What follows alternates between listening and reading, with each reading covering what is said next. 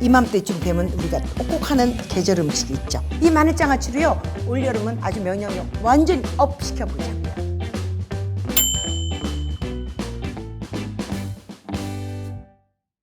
어서 오세요. 바빠서 카메라가 돌았는지도 몰랐네. 마늘장아찌 담아요. 정말 요즘같이 뭐 코로나 때문에 우리 너무 고생했잖아요. 이런 시대에 면역력을 키워야 된다, 면역력을 키워야 된다 하는데 우리나라 사람들이 그나마 그래도 이렇게 잘 견디는 건 순전히 마늘 덕일 거예요. 그렇죠. 마늘이 면역력 키워주는데 이보다 좋을 수가 없잖아요. 이맘때쯤 되면 우리가 꼭 하는 계절 음식이 있죠. 마늘장아찌 오늘 좀 담아볼 건데요.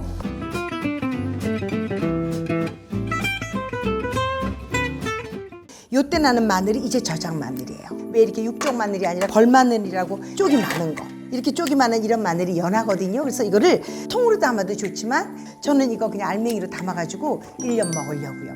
지금 좀 담아놓으면 얼마나 훌륭한 밑반찬인데요. 삼겹살 구워 먹을 때도 그렇고 어떤 걸 먹을 때도 한두 개만 먹으면 정말 우리 몸은 너무 면역력이 커질 거고, 또 마늘이 이게 식초의 절이잖아요. 식초랑 마늘은 또 기가 막힌 궁합이에요.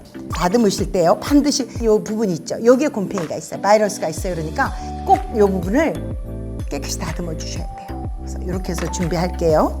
진짜 너무 이쁘잖아요. 근데 이렇게 이건 너무 장아찌하기는 큰 마늘이에요. 사실 알이 조금 더 작으면 이런 종류의 마늘이 있는 게 제일 좋아요. 이런 종류가 되는 게. 지금은 저장 마늘이 아니고 조금 막 속가는 마늘 같은 거라서 연하기는 해요. 그래서 지금 담아서 우리 1년 먹자고요. 그런데 마늘 깔 때요, 반드시 하나 주의하셔야 될 게 있어요. 우리가 마늘장아찌 이렇게 해서 왜 깐 마늘이나 냉장고에 까서 모아뒀던 걸 담으면 파랗게 될 수가 있죠. 마늘이 공기와 닿은 시간이 오래되면 오래될수록 녹조 현상이 일어나서 새파랗게 되는 거예요. 그럼 마늘은 파란색이 있으면 독이라고 먹지 말라고 하는 거 아시잖아요. 그죠?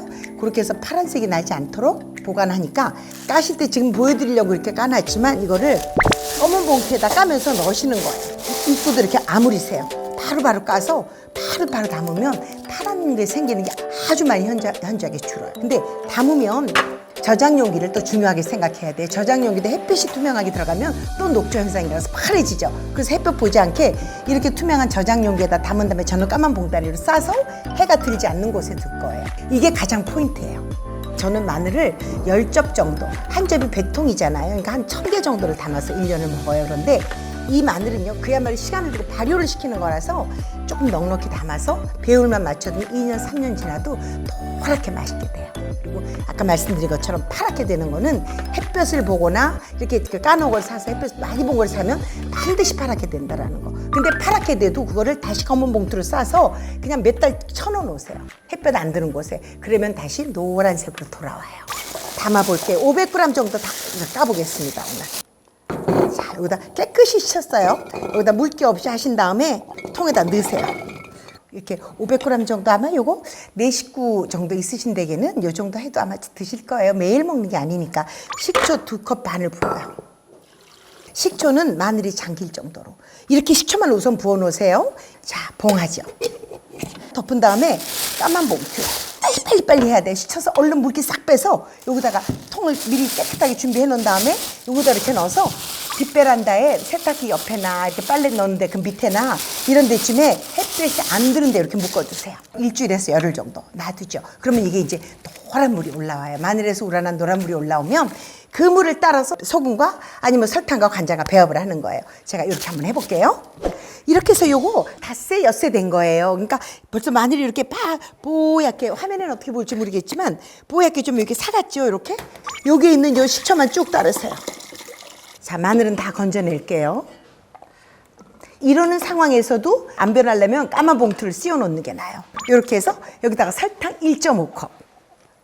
근데요, 식초 2.5컵에 설탕 1.5라고 하지만 사실은 그거보다요, 설탕량을 조금 늘리는 게 오래 보존이 돼요. 그건 취향대로 하세요. 저는 새콤달콤하게 하는 편이에요. 소금 반컵.